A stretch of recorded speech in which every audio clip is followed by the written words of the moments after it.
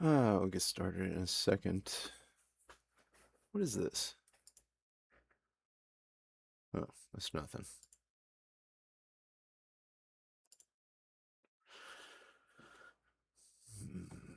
All right, so we're live on Twitch and on YouTube.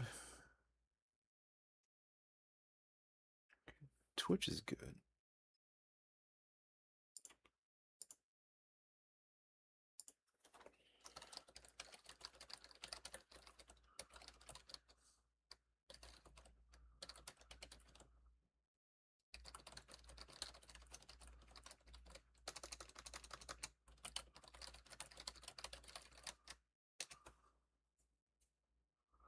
All right, so that's good. Let's check YouTube.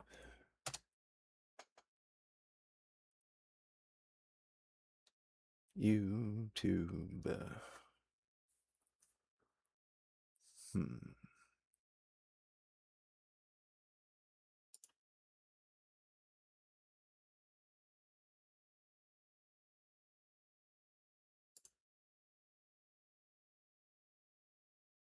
There we go. Do, do, do.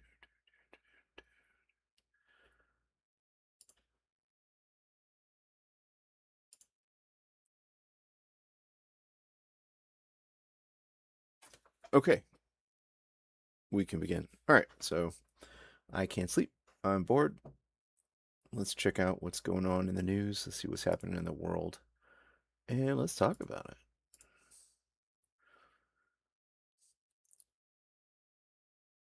Usually in the past, I just go on yahoonews.com just to see what we can see there. And I just tend to, see if there's anything that sparks my interest, and then I pursue it from there. So here we go. Let's see what we got here. Venezuelans forced to rescue their own loved ones as quakes response draws anger. Oh.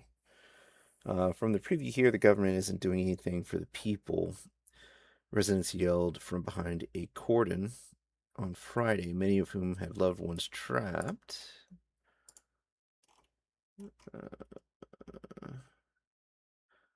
Many of whom had loved ones trapped under the debris. 3 days after powerful tremors of magnitude 7.2 and 7.5 killed over 1,400 people and left more than 50,000 missing. That sounds like a disaster. Fury with perceived governmental inaction is mounting as the feeling is the feeling of helplessness. Okay. So there was an earthquake. The government response isn't good, but if it was a earthquake of that magnitude, wouldn't also the government, the people who would be initiating the government response be also affected by it? So would they also be delayed in getting a response together? Which leads me to question, is 3 days for a place like Venezuela for an earthquake of that magnitude, is that an unreasonable response? I mean, granted, 3 days is an eternity, especially if something gets hairy. I think it would be if it were the US, but, I'm not too up to speed on where Venezuela is in terms of their disaster response, so. From what little I know of Venezuela, I imagine that they're not as, what's the word? Their disaster response and search and rescue is probably nowhere near the scale of the US's. But I don't know. Let's check and see. Let's see about that.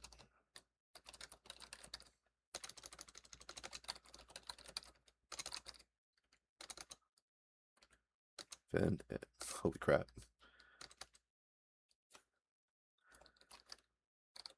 I cannot spell tonight.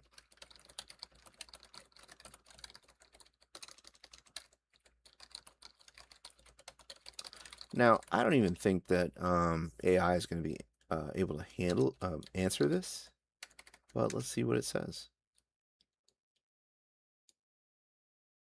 Yeah, that's that's what I thought. So it's saying here, no, in general, the disaster response capabilities of Venezuela are significantly more limited than those in the United States. Some of the main differences include funding and resources, infrastructure, emergency management systems, and medical capacity. Okay, so this story makes sense. There was a disaster. The Venezuelans couldn't muster a response quickly enough, and people are angry. Let's see what else we can parse from here.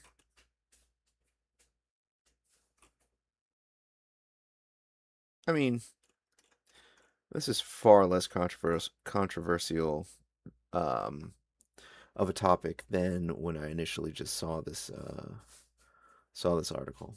I don't really see too much of a reason to continue with this one, so we'll move on. Just want to see if there's anything else we can parse from it. I mean, because that's literally all that's happening. Venezuela just couldn't muster a response to the earthquake. Okay, let's see what else we got here. Hmm. Ooh, here's one from CNN. Supreme Court says Alito's verbal reaction to Sotomayor was based on a misunderstanding. So what happened here? The highly unusual exchange between Justice Alito and Justice Sonia Sotomayor over a dissent read from the bench was based on a misunderstanding, quote unquote, by the conservative judge, a Supreme Court said Friday. Justice Alito was notified in advance by Sotomayor's chambers that she would be reading a dissent from the bench. Is that unusual? I don't know if it's unusual. Um, if it's an unusual occurrence, and I could see why there could be a backlash from a fellow justice, but I mean, if that's something that occurs all the time, then there'd have to be some other factor in there. Um, it was a misunderstanding on Justice Alito's part. The spokesperson added, "Well, what was the misunderstanding? Like, what was the issue?" Because they've said it was based on a misunderstanding twice here. If I were writing it, I would have gotten to the point by the second mention. But let's see what they say. The rare statement came a day after a tense back and forth between the two justices when Sotomayor, the court's senior liberal, publicly read a dissent in a case involving asylum claims. Okay, so it was a public reading of her dissent, and the case was involving asylum claims. Okay, what about the asylum claims? Let's move forward. Alito, a conservative. Why do they keep pointing out who's conservative and who's liberal? There has to be an angle here. Who was then set to summarize the next opinion, appeared taken aback by his colleague's remarks. Okay. We'll come back if they don't get to the point, and we'll check these two links. The way that this article is written, I'm getting the impression, especially with these two links here, I'm getting the impression that they're trying to funnel you uh, to these two other sources by intentionally being vague on what the subject matter is. Like like here, this link says highly unusual exchange in reference to the interaction between Justice Alito and Sotomayor. Um, and I think that's why they don't go too far into what the exchange was. And here, publicly read a dissent. I get the impression that's why they don't actually say what she read, what Sotomayor read, the content of her dissent. Um, and if I were a guessing man, which I sort of am, I would say that they're doing this in order to get more clicks more ad revenue potentially. Because if they had everything in one article, that's one click. If you split it up like this, that's at least three. At least that's what I would do, anyways. Let's continue. I could be wrong.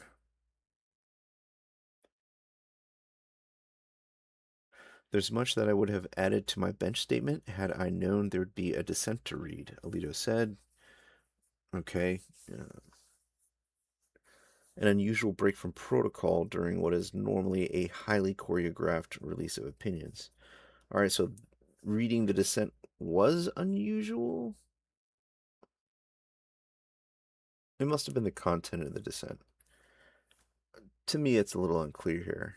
So yeah, we'll play their game and go back to one of the other articles. Um, hmm.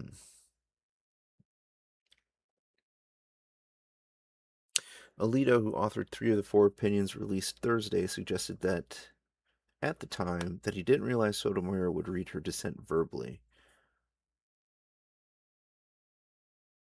That sounds odd to me. How else is she supposed how else is she supposed to present her dissenting opinion? Verbal dissents are rare and usually underscore a justice's strong disagreement with the majority's opinion. Okay, so that's part of the issue. Reading the dissent verbally is not a common thing. All right. The back and forth came amid signs of strife behind the curtain of the High Court as it veers towards its final days of the current term, juggling a number of cases involving President Trump and culture war issues. The Alito Sotomayor exchange came in a case dealing with policy of turning asylum seekers away at the border. Okay. Um, I wish they would have cited which case it was, but again, we'd probably have to go back to this link to figure it out. Let's see. So the majority approved that particular issue 63. Okay. I already don't like this article. The court is set to hand down additional opinions on Monday and is likely to wrap up the term next week.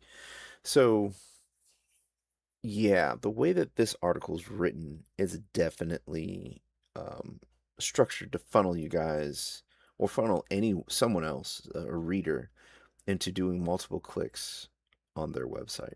And I don't like that. Um, let's see what else we got here, and then we'll go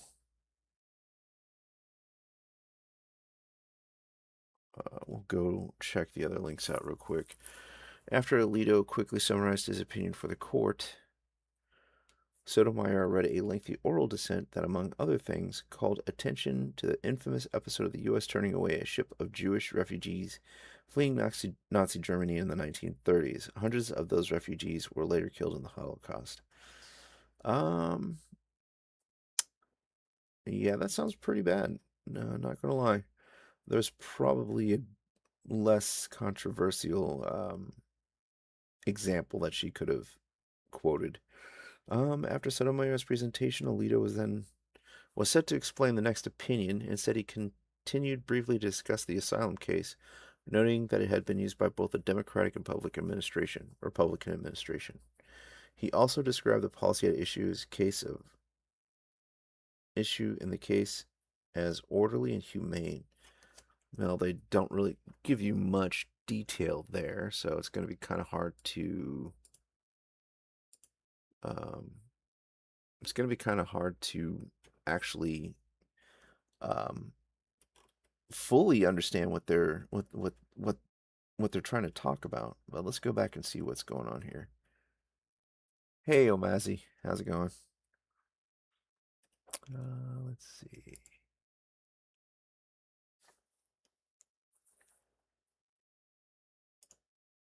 Let's go here. Oh Lord. Let's just skim this real quick. All right. So Alito's testy reaction to Sotomayor underscores tensions at the Supreme Court.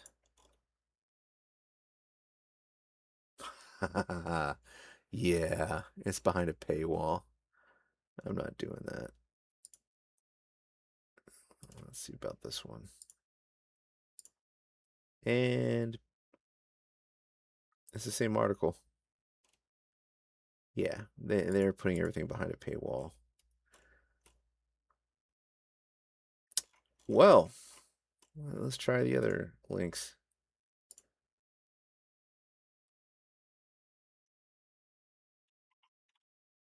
I guess we could read this one.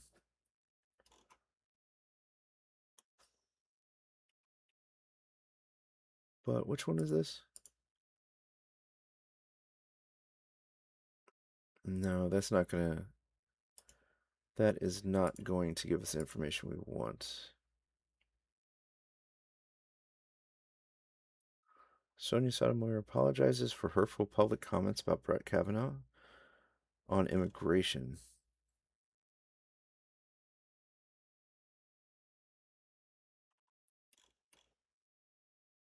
So skimming this particular article looks like it's about a different case. Ah, yeah. So that's referencing a different case. Let's give this one more try, and then we'll move on to something else.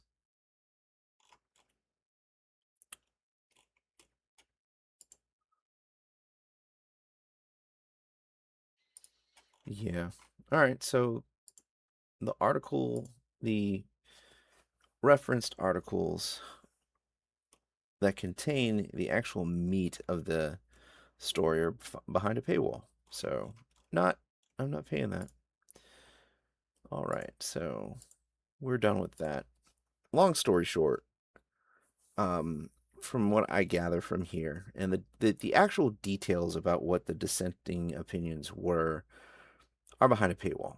So we're not. I'm sure I could probably figure them out if I did a bit of a deeper of a dive, but I don't really feel like it. And but it looks like Alito was reading the majority opinions on some cases that they had made decisions on.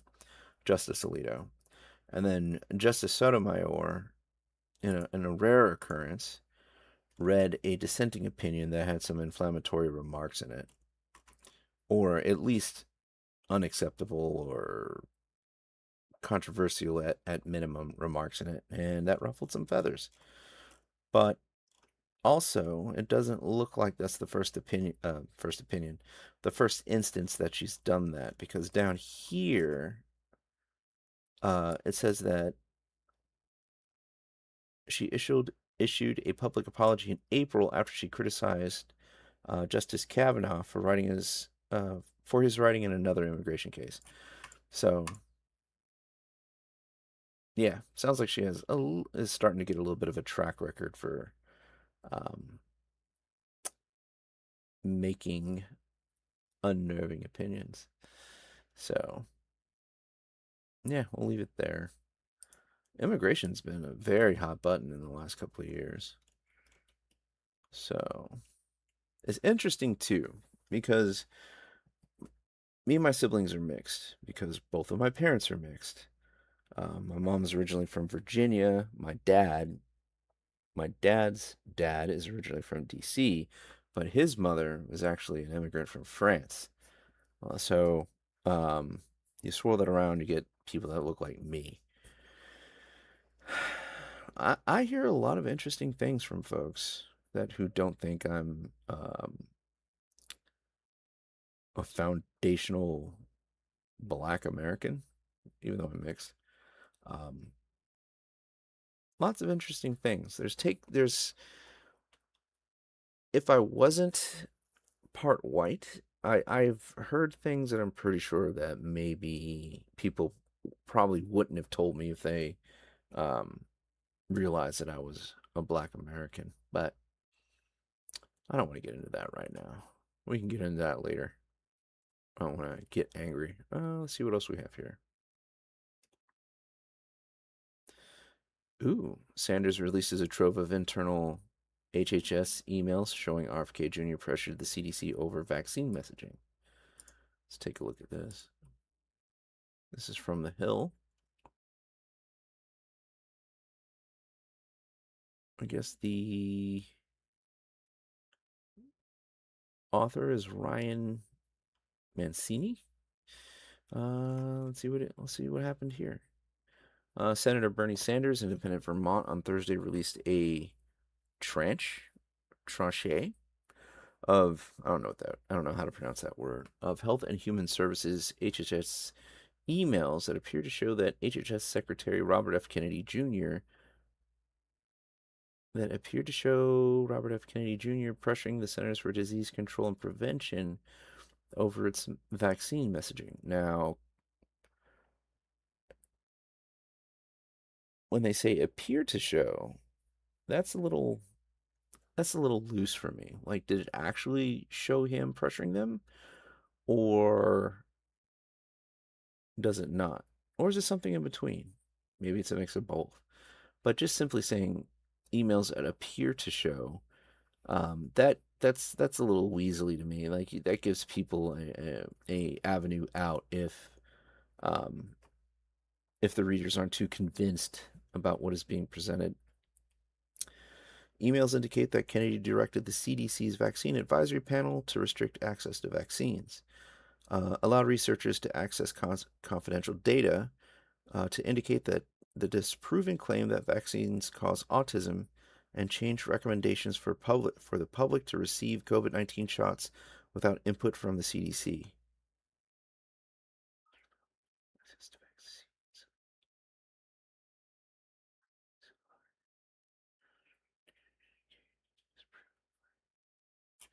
So this is interesting to me. Allow researchers to access confidential data to indicate the disproving claim that vaccines caused autism and changed.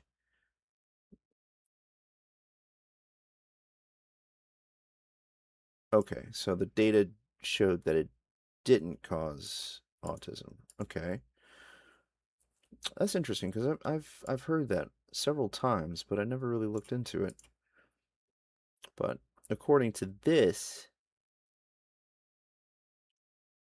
I don't know why confidential data is in quotes. The way this is written seems a little weird to me. Um, Seems a little suspect, not gonna lie. But yeah. Anyways, I found that a little interesting, but we can move on. And changed recommendations for the public to receive COVID-19 shots without input from the CDC. Change recommendations for the public to receive.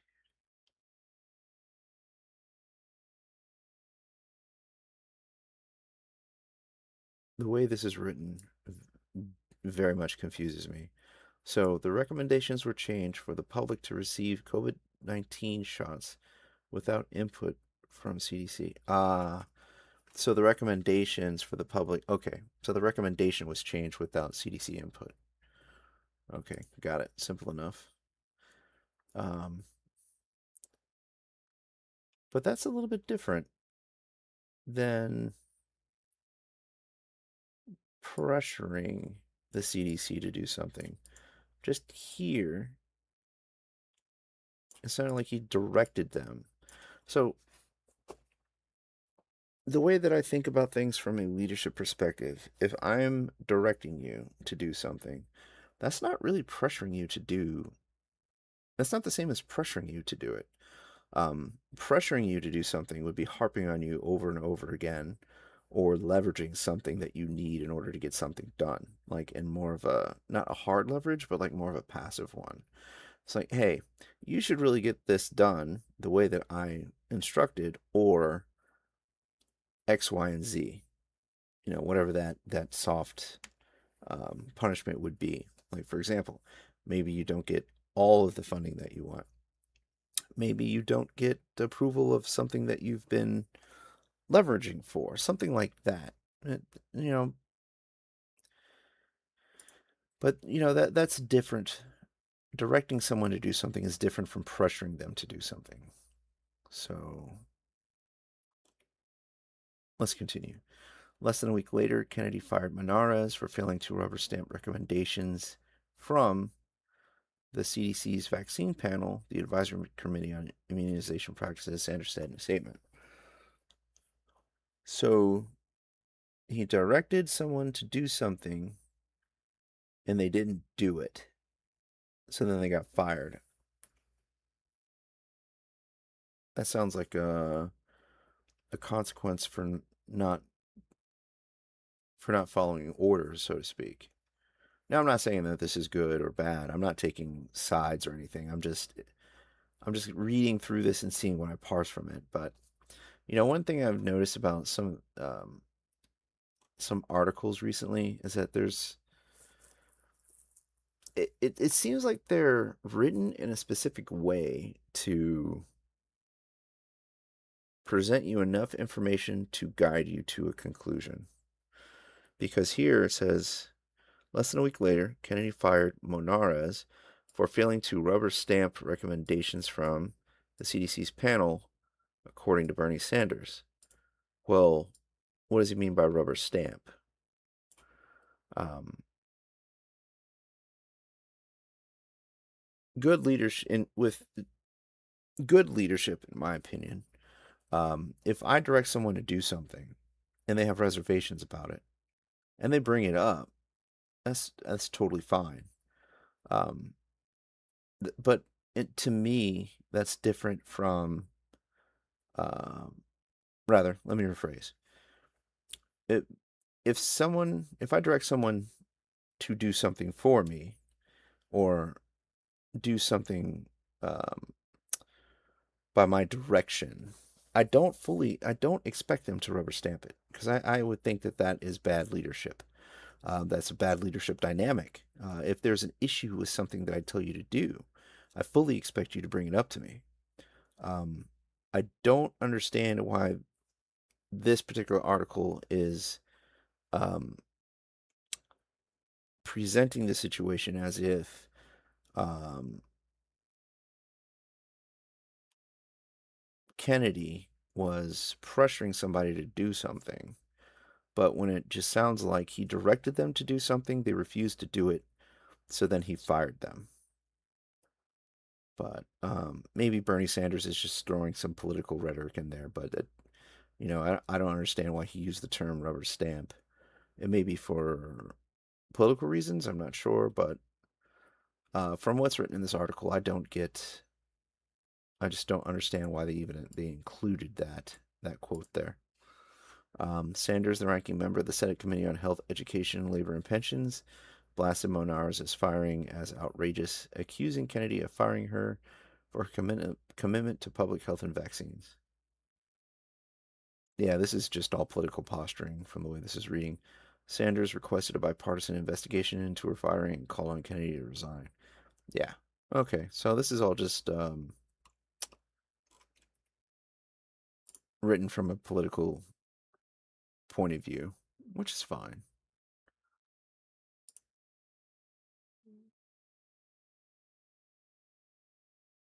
One second. Okay. Um, but again, being in charge of any kind of entity, organizational entity, and directing someone to do something, they don't do it, then you fire them, is definitely not pressuring someone to do something. That's just this in this case, it's just a simple, like I said before, it's just a simple consequence of not doing your job. He said this request came directly from the secretary. The staffer wrote, I noted that these have been paid for and are in flight, and he acknowledged and asked work we work right away on things that are on social online magazines, and then we'll eventually need to do items that may be on bus stops or benches. I must have skipped something. Oh, sorry. Backing up. The cache of emails also indicated that Kennedy directed the cancellation of flu vaccine campaigns. A CDC staffer sent an email to her supervisor stating that Andrew Nixon, HHS Director of Communications, notified her to pull out of circulation of all campaign ad buys related to the flu or anything encouraging shots or vaccines. What was the reason for that? He said, okay, this makes sense now. He said this request came directly from the secretary. The staffer wrote, I noted that these have all been paid for and in flight, and he acknowledged and asked that they work right away on things that are social online, magazines, etc. Okay. So that's just an explanation of the cancellation of the flu vaccine campaign? Okay. But I don't understand. I still don't see how this is pressuring anybody to do anything. Well, moving on. A separate email issued by Nixon and released by Sanders insisted that the request was a direct ask from Secretary Kennedy. They already stated that. Sanders said that Deborah Horry, a former CDC chief medical officer, gave the emails to the committee. Okay. Um, hopefully, none of them were uh, classified. The Hill has reached out for HHS's comment. Sanders has called the Help Committee chair, Senator Cassidy, to schedule a hearing against Kennedy's vaccine claims, as the secretary had a long history as an anti vaccine activist before President Trump nominated him to HHS. The Vermont senator accused Kennedy of running a dangerous misinformation campaign as the head of HHS. This is just political from the way it reads. Um, unless there's more to it that's not listed here, it does not sound like what they detail, in my opinion, is Secretary Kennedy um, pressuring his subordinates to do anything. The example they gave was simply somebody who um, refused to a direct carry out a directive from the secretary himself. They didn't do it, so they got fired. I don't see what the pressure is there. That should be the expectation. Like, that's the risk you should be able to understand. Um, that should be the risk that you should understand you're taking when you refuse to carry out something like that. And again, if it were me, if you think I'm telling you to do something stupid, let's have a conversation about it. But yeah, that's how that goes. 1 second. Okay. Well, let's see what else. That one was, again. It was like it was written from a political stance.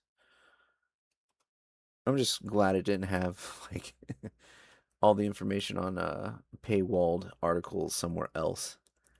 Let's see here.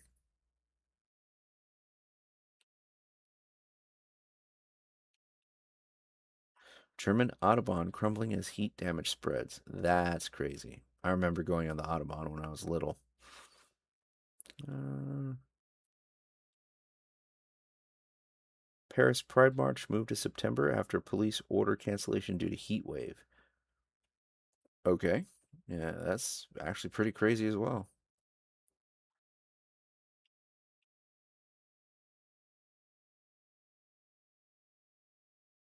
Hmm.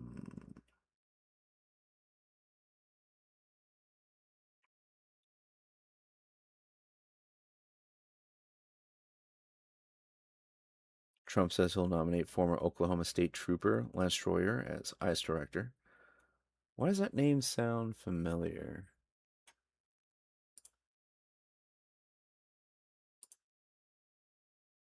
Weird. Hmm. We'll skip that one. Let's see. JD Vance praises Usha Vance's budgeting skills after $8 dress debate. I mean, dude, I, I don't understand why this article even exists. You can go to Ross and Marshall sometimes. You can find like really good clothes for $8. Hello. Immigration, birthright, citizenship, guns, and more. A guide to the Supreme Court's biggest rulings this term. Let's take a look at this. Some of the court's most important cases remain undecided as the justices prepare to wrap up a term full of landmark rulings. Okay, let's see what this says.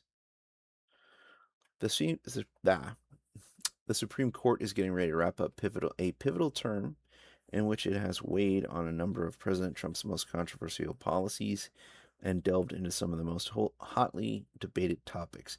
You know what's interesting? Um, what is considered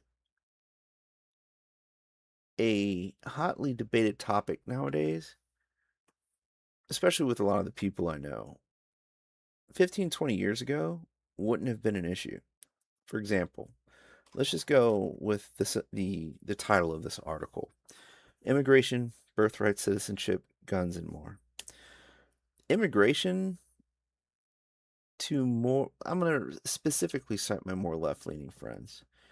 Um, and granted, these are people probably in their around, 40, 41 to 50 and 55 years old, like that age bracket, at least in the DC area.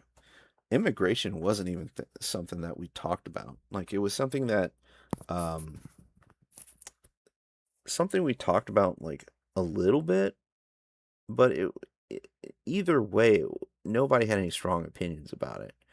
I think that maybe a handful of us had strong opinions about um, people coming across the southern border illegally, but that's really where it stopped. Like, nobody got mad at each other really, and if they did, they kept it quiet. If somebody had a different opinion on theirs in regards to immigration, you know, oh, my hand is blocking the camera. Okay, I'll make sure not to do that. Um, again, my grandmother was an immigrant. My dad was born in France. My grandfather was in the U.S. Air Force. I was born in California. My dad was joined the military, and then we lived in Germany for the beginning part of my life. So immigrants and immigration is not really something that I felt too strongly about. Now I feel strongly about it to a degree now because I believe that a lot of people are abusing the system. I also have some concerns based upon working on the immigrant non-immigrant visa systems at the State Department, but that's related to my career. But other than that, if somebody has an opinion about it, I'm not going to get angry, especially if it's something that's in disagreement. Now, those same people that I brought up now all have a very strong opinion on immigration, and I can honestly say that a lot of them are very open border. That's the most accurate way to describe it. And they are not willing to discuss it, which is shocking to me, but not shocking to me at the same time. Um, birthright citizenship is in the same boat. Um, a lot of that same group, and I usually cite that group from my 20s as um, I usually cite them when it comes to general opinions because um, for such a large body of people, I think I got to know them pretty well at that time. And seeing the difference between them then and them now is a little weird and shocking because I don't understand how some people can go from one opinion to the other down the line to the degree that they have. Um, it kind of makes them seem a little unstable, in my opinion, but we'll get into that later. But birthright citizenship, I kind of see it in the same vein, you know.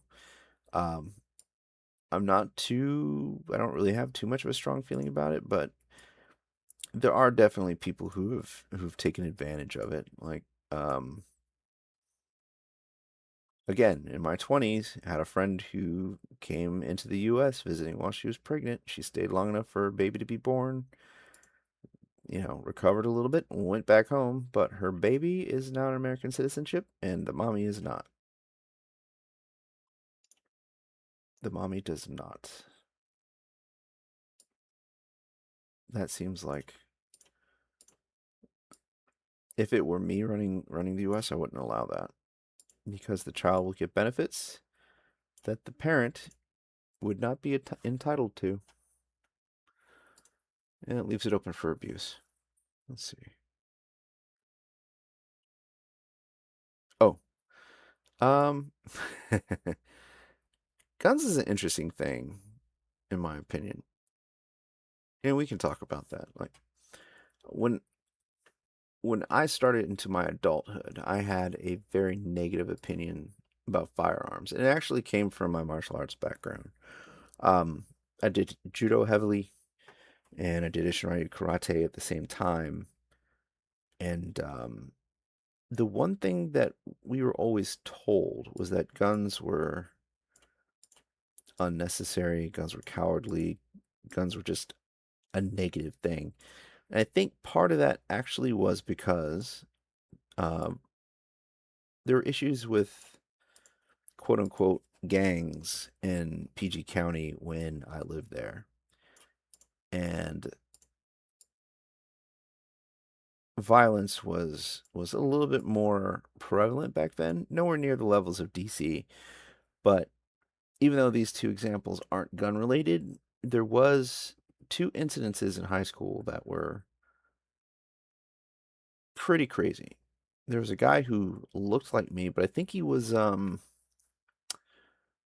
may have been from Thailand or mixed Thai because his name was very long.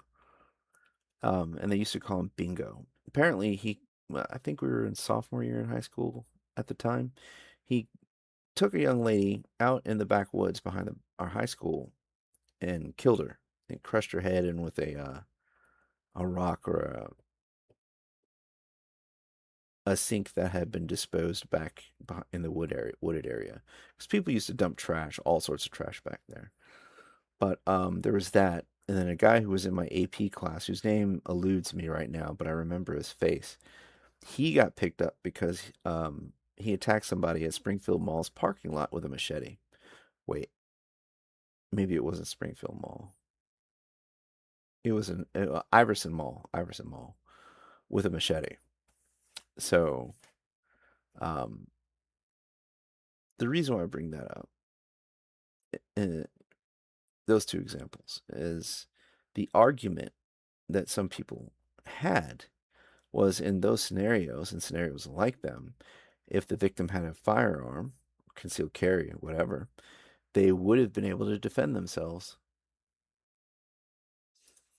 But with that being said, as I got into my adulthood, my 30s, I realized even though I did not like firearms, I actually didn't know anything about them. I had never handled one, never fired one. Um,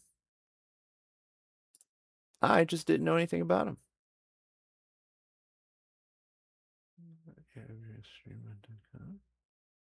Oh, hold on one second.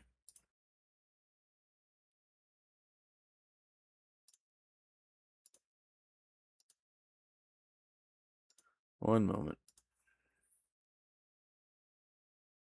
Okay. Yeah, that's a bot. But yeah, I didn't know anything about them.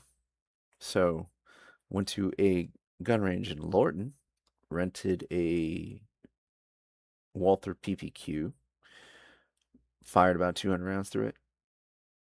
Realized that my understanding was totally incorrect. I thought it was easy to aim and fire a pistol and be accurate. And because people kept telling me it's as simple as just aiming and pulling the trigger, that was incorrect. Um, so then I started talking to the staff there. Oh, I did that later after I was done on the line. But there was a guy in a booth next to me who had an AR-15 and an AK, and I thought that they were automatic weapons until I kind of observed him shooting them and realized that they weren't. So originally I thought maybe the ones he had weren't, and then I went out and started talking to the staff at the gun range in the front store, and then found out that um, yeah, 99.9% of the ones in circulation are not automatic, and the ones that are highly registered, highly regulated, and the vast majority of them are from like 1984 and older. So they're old, they're worn out. A lot of them you can't get parts for. It's more of a novelty, and they're super expensive. But anyways, back to the article. Oh, so the reason I bring that up is that I understand there are people who don't like firearms. However, the majority of those same people actually, just like I did, don't understand anything about them. They don't know anything about them. They know them on a surface level, and a lot of that information is incorrect.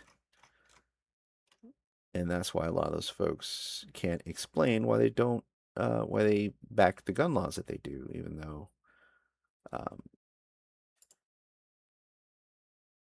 even though a lot of those gun laws, the way they're written, if you think about it, even from a practical lens, they don't quite make sense. They're not common sense, like they say. Okay, so anyways, the Supreme Court is getting ready to wrap up a pivotal term in which it has weighed in on a number of President Trump's most controversial policies and delved into some of the most hotly debated topics. I think I read this paragraph already, so we'll skip to the next. Only a handful of cases are still undecided, but that shortlist includes Trump's efforts to revoke birthright citizenship, transgender sports bans, and a Republican-led attempt to limit mail-in voting. Okay. I don't understand why it was important to point out it was Republican-led, but I guess we'll get to that. Among the cases that have been decided, the president has mostly been on the winning side. The court's conservative supermajority has ruled in Republicans' favor on immigration, gun rights, and several election disputes. The glaring exception was Trump's tariffs, which the justices struck down after finding he didn't have the legal authority to impose them. Okay. This,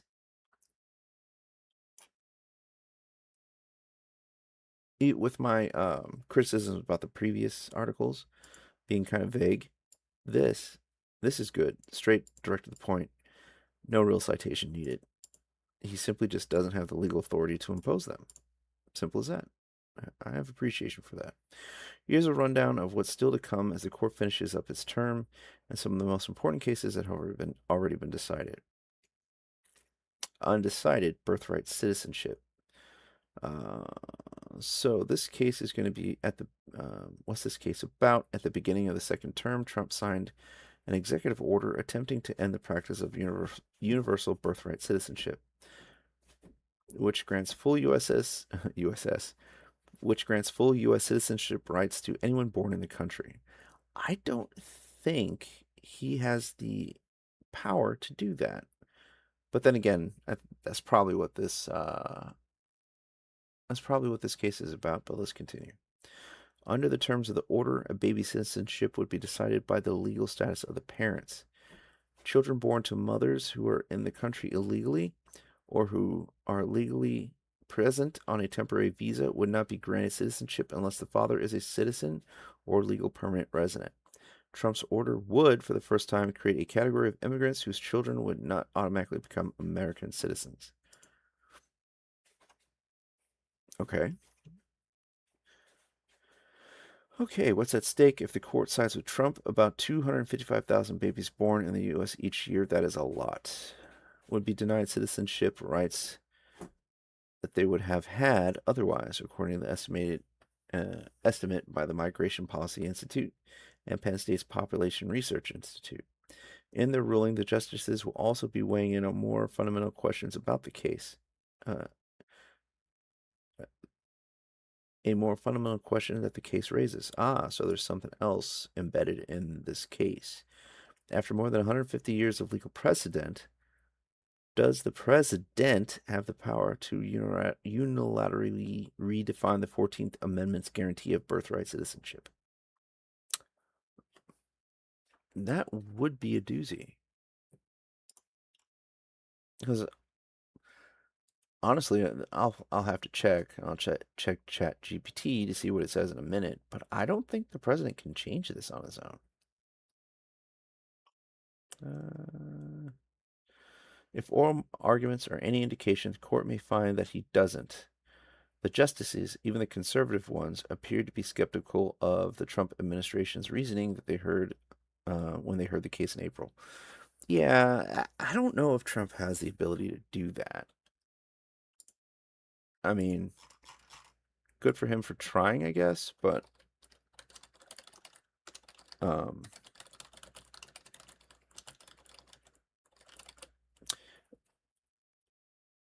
there's lots of politicians who try things only to fail. I can go into what's happening here in Virginia. We can do that another time, though. But yeah, it seems like politicians are being a little bit more emboldened to try to pass legislation just to see if it sticks, but we'll see.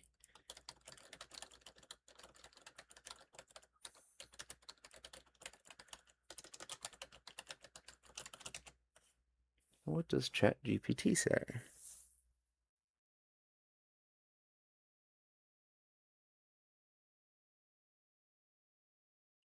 So this says ChatGPT's answer is that no, not by himself through an executive order, which is what my understanding is. To truly eliminate, broadly revoke, to truly eliminate or broadly revoke birthright citizenship, the strongest legal view is that it would require either a Supreme Court decision changing the current interpretation or a constitutional amendment, not just a presidential order. So, I'm going to keep an eye on this one. If the Supreme Court decides that the avenue that Trump went to revoke birthright citizenship is constitutional and they let it stand, I am super interested in what the opinion would be on that. I'd like to see the reasoning. Um, yeah, so we got that one squared away. Let's see what's next. Trump's power to fire federal employees. All right, so this case is about one of the ways that Trump has reshaped the federal government since returning to the White House is through mass firings of federal workers. The court is now considering two cases involving high ranking government employees who say that the president violated the law when he attempted to fire them. Okay. Federal Reserve Board member Lisa Cook and Federal Trade Commission member Rebecca Slaughter both held positions with legal protections that limit when they can be fired only for certain reasons. Don't presidents usually fire a bunch of staff when they take office initially? I thought that was a thing. Now, I could be wrong, but if that's the case, let's say that is the case. What would make a Federal Reserve Board member and a Federal Trade Commission member, why would those positions have legal protections that limit their firing? That seems a little bit weird to me. Okay, so what's at stake? These cases have implications that go beyond whether the two people can keep their jobs. They will determine how much power Trump and future presidents have to reshape the most important agencies in the federal government. Because their critical roles in the economy, the Federal Reserve and FTC were specifically designed by Congress to be insulated from political influence. Does that include being fired by the sitting president? That would be an interesting thing, interesting answer to find. If the court sides with Trump, it will be giving him much greater authority over more of the federal government. Okay, so it sounds like it. Yeah, I don't see. Hmm. This is another one. This is another opinion I want to keep an eye on because I'm super interested in how this is going to play out as well. Because if those positions are supposed to be limited in terms of how, for example, a sitting president can use the firing button on them, so to speak, then um, if that's the case, then Trump should lose. This opinion should go against Trump. But if it's not the case, then there should be then it at minimum it'll clear up that yes, the president can fire people on these two organizations. Oh, it looks like there's two different cases. It's not one case. Okay. So Cook has one case and the what's her name? Slaughter? Slaughter has another. All right. So the next case at the Um, Supreme Court is going to talk about is transgender participation in sports. A total of 27 states have laws on the books that ban transgender athletes from participating in girls and women's sports. Okay. Interesting that they note not the other way around, but I don't think it's as big of an issue um, the other way around. The court is considering challenges of two of those laws filed by transgender athletes who argue that the bans violate their constitutional rights to equal protection under the law.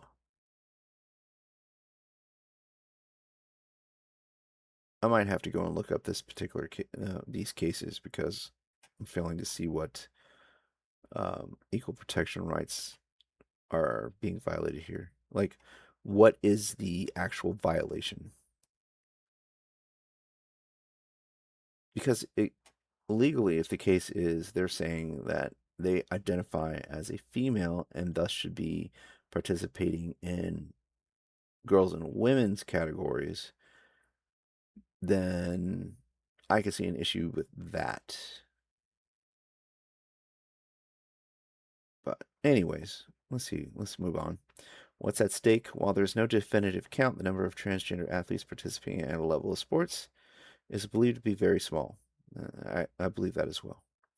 One of the cases before the court involves a 15-year-old from West Virginia who is believed to have been the only openly trans student athlete in her entire state. That is crazy. In her entire state. Okay, so in this case, it's a biological male identifying as a woman. Okay. 2 years ago, the head of the NCAA told Congress that he was aware of less than 10 trans competitors in all of college sports. I wonder if that's accurate. Anyways, moving on. Sports bans are part of a much broader campaign to limit the rights of transgender people, including bans on gender affirming care for minors. This is interesting to me.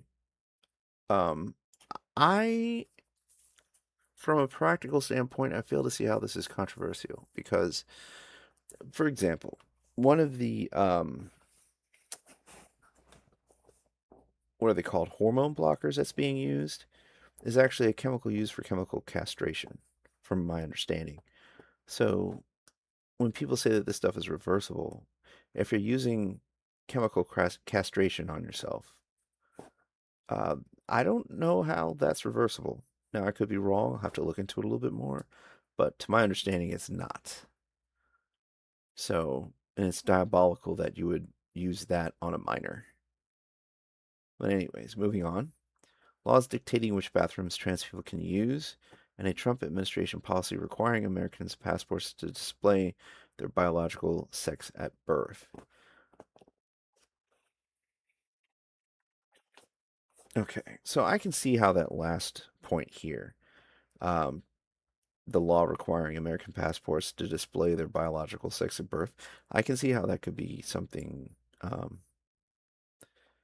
I can see how that could cause some people some discomfort, especially from speaking specifically about trans people. But there are instances where you need your biological sex needs to be known.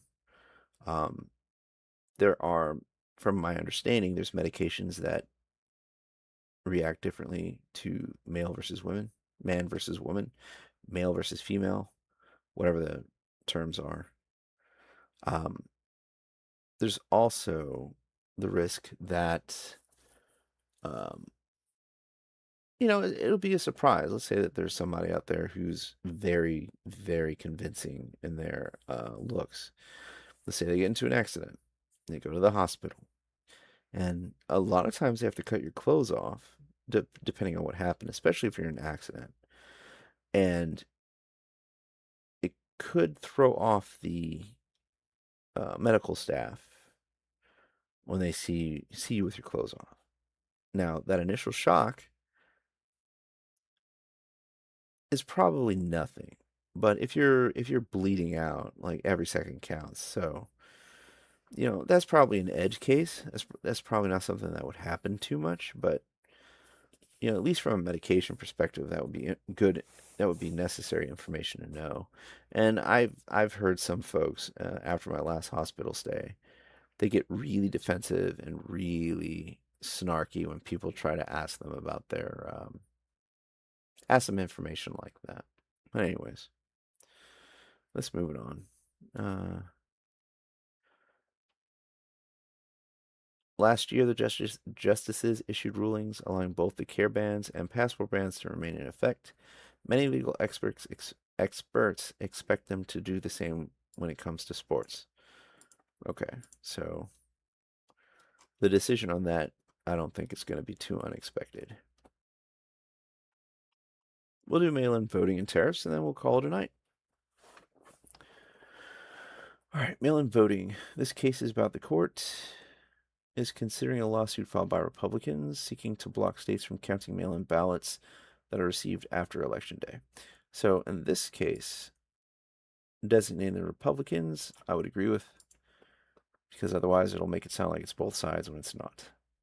More than a dozen states allow late arriving ballots from all voters to be counted as long as they're postmarked by Election Day, and 30 accept late ballots from overseas military personnel. The Republican National Committee and the Mississippi Republican Party are asking the court to ban these grace periods and only allow states to accept ballots that are received before Election Day.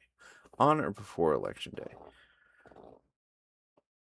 Well, I mean, I can see why, because you're not, and this sucks that, and I understand why they're accepting ballots after Election Day, but it's Election Day. It's not election days. What's the limit for a late arriving ballot? Is it a day or two? Is it a week? Is it 3? You know, this is a little suspect in my opinion because you can adjust that to be what I would consider to be unreasonable. What's at stake? If the court sides with the GOP, ballots that arrive after Election Day will no longer be counted in American elections, while those ballots represent a relatively minor share of total cast in a given year. Even a small number of ballots being thrown out could decide the outcome of close races. Well, yes, exactly. Which makes me wonder,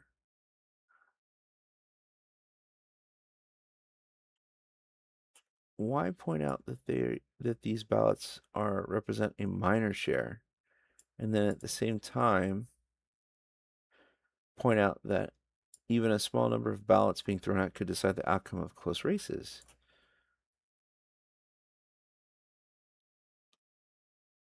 I'm probably having a brain dead moment. I'm sure that makes sense, but for some reason I'm having a hard time processing it. But whatever, let's moving on. The case is also part of a more comprehensive campaign by Republicans to limit mail-in voting across the country. From a security standpoint, I would have to agree with limiting it. Once you take your ballot and mail it, your custody chain between your ballot and where it needs to go is broken. Let's say you have a dishonest actor in the post office and they find a stack of mailed ballots that they don't want to get from point A to point B, and they just throw them away. And that has happened. They have found ballots in people's possessions that were supposed to be mailed. I'll have to look up those articles again to see what happened, what the outcome was, but I do know there was at least 1 or 2 incidences of that. All right, moving on. The case is also part of a more comprehensive campaign by Republicans. Okay, I already read that. If the justices side with the GOP, as some legal experts expect, this could signal that they could be open to allowing even more restrictive mail-in voting limits to stand in future cases. Now, this is interesting, and I'm not gonna go down this rabbit hole of clicking links to get explanations of things, but like, how much is some when it comes to the statement some legal experts? Are we talking about a small minority? And if we are, why are we moving forward with the next sentence that, is stating it could signal that the Supreme Court would be open to allowing even more restrictive mail-in voting limits to stand in the future. That sounds more like a scare tactic to me. That seems like how it's written. Um, they could have left out this entire last sentence, and this article from here up, from what I read, would have been completely fine. But anyways, let's see what else we got here. I think we covered tariffs earlier, so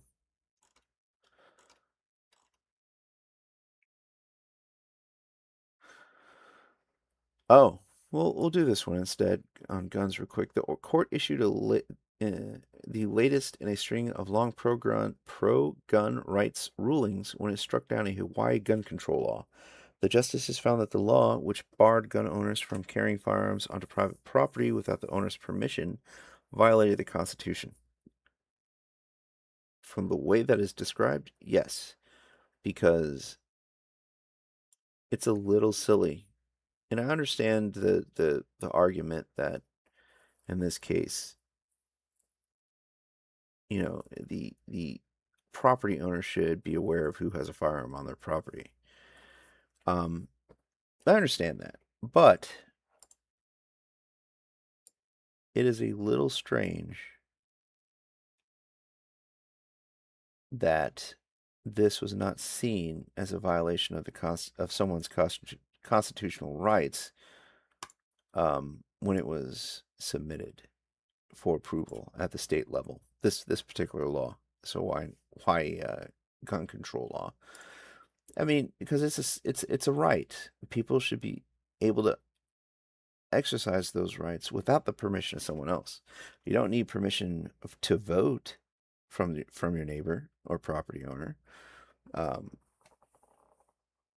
you don't need permission from someone to exercise your right to free speech or your right to religion.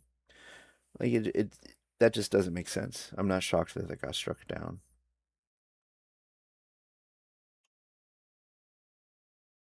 Oh, that was it. Okay. Anyways, that's all for tonight. Um, yeah, I'm gonna make an Instagram and let you guys know when I'm about to stream. I think that would be fun. All right. Anyways, I will talk to you all later.